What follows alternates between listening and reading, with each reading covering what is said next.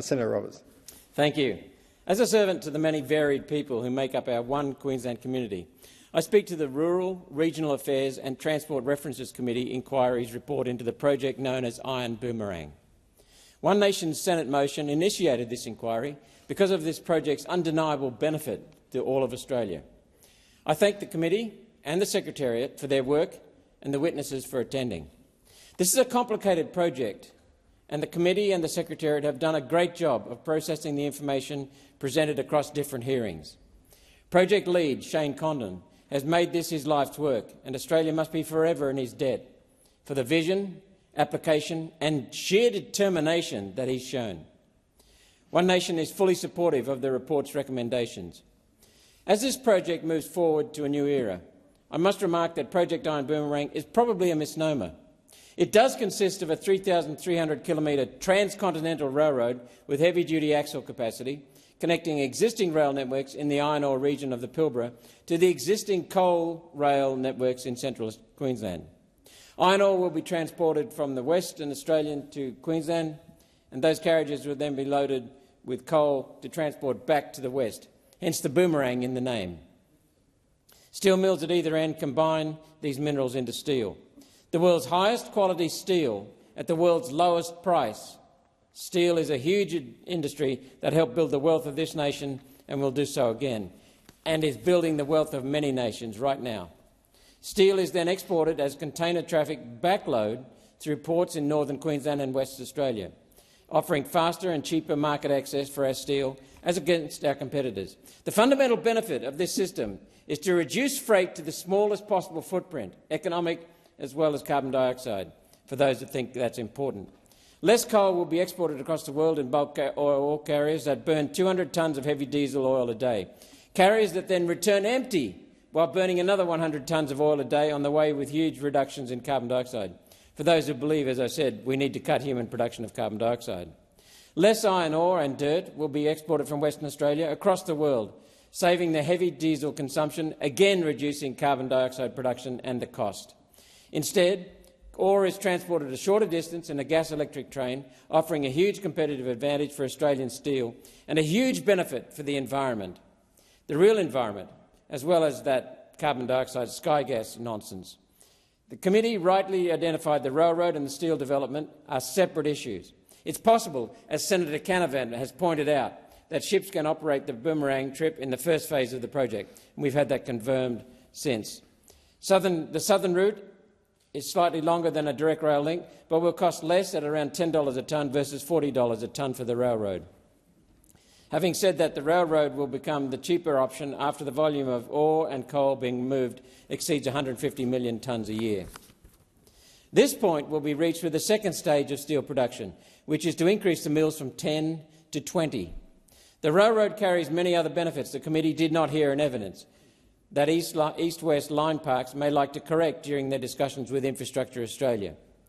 Grazing interests have expressed a strong desire to use the line to transport cattle from remote cattle stations to the east and then to market overseas.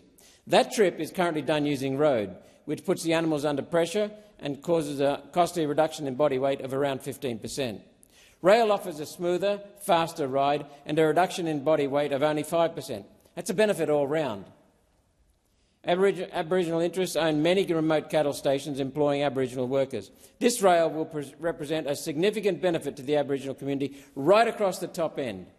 Agricultural interests would use the rail line to take production from the Ord River irrigation area to market in the east, reducing their freight costs 50% or even more. The line will open stranded asset rare earth mines that hold mineral reserves we need to make the electric cars, batteries, windmills and solar panels necessary for net zero.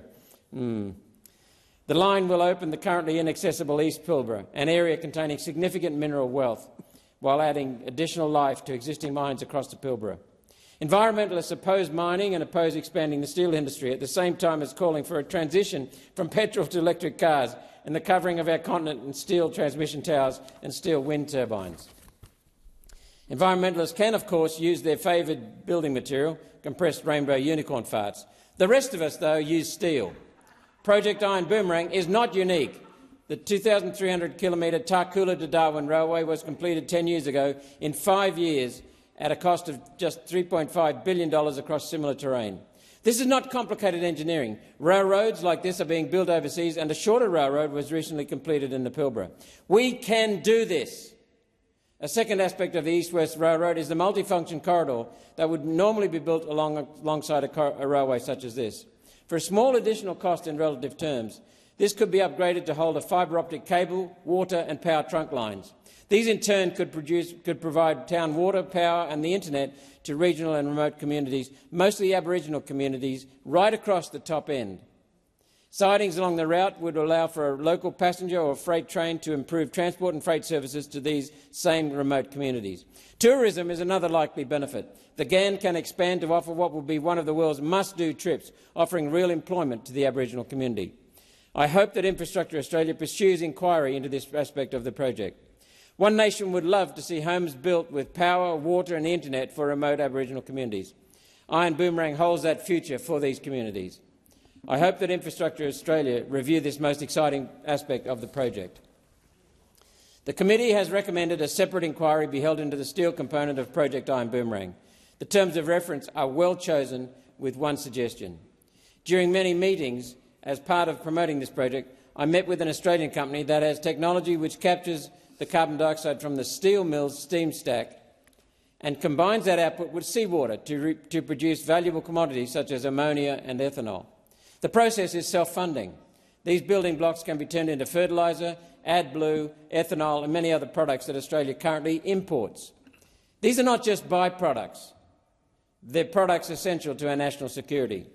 Now, I hope the steel inquiry hears evidence on how a commercially proven coal to hydrogen process can power an electric arc furnace. Green steel, if you want to use a term. There are, though, many questions around this process that's years from commercial reality, especially in terms of quality. It's brittle at the moment. World steel demand is expected to remain at 2% growth over the medium term, with a new developing crescent of India, Bangladesh and Pakistan taking up the slack from maturing Chinese, USA and European markets. Indonesia is constructing a new national capital, with construction extending to 2040. This alone will consume the output from our Project Iron Boomerang Phase 1 steel mills. If we're to wind back exports of coal for power in the name of climate change, and I hope we're not, but if we are, then which One Nation strongly opposes, substituting the use of coal for power with the use of coal for steel will provide continuity of employment for the coal industry, something that should keep unions happy. Another economic benefit to the steel mills is fly ash, a byproduct of steel manufacture when the power source is coal. Fly ash can replace 20 to 30% of the cement in concrete.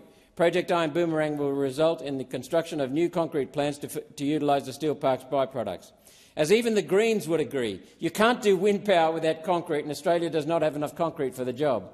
The world steel market is worth $2 trillion Australian dollars a year. Iron Boomerang will increase Australia's GDP hundreds of billions of dollars just from the steel, let alone the concrete, the fertiliser, the ammonia and other byproducts. The committee correctly identified the potential national security benefits of the railway, the steel parks and the port upgrades this project will deliver. The expectation is for a naval maintenance base in North Queensland to service the United States Pacific Fleet. The railway offers access to parts of this country where access is currently problematic. I note the Maritime Union of Australia is advancing their Rebuilding Australian Shipping proposal to expand the Australian shipping fleet. Project Iron Boomerang steel mills will produce 4-metre wide slabs as against the normal 2-metre wide slabs. When used to produce railway rolling stock and ships, this results in 1/2 the number of welds and joints, producing a cheaper, stronger and faster product. Now, I hope the union will participate in the steel inquiry and look for ways to breathe new life into Australia's heavy manufacturing industries, currently languishing after decades of planned decay, a decade that has cost breadwinner jobs and economic security. With the attractive markets, returns and many byproducts, it's no surprise private industry and private investors are waiting ready to fund and construct this project. There is, though, a problem. Private investors don't trust our government, and after debacles like Adani, who could blame them?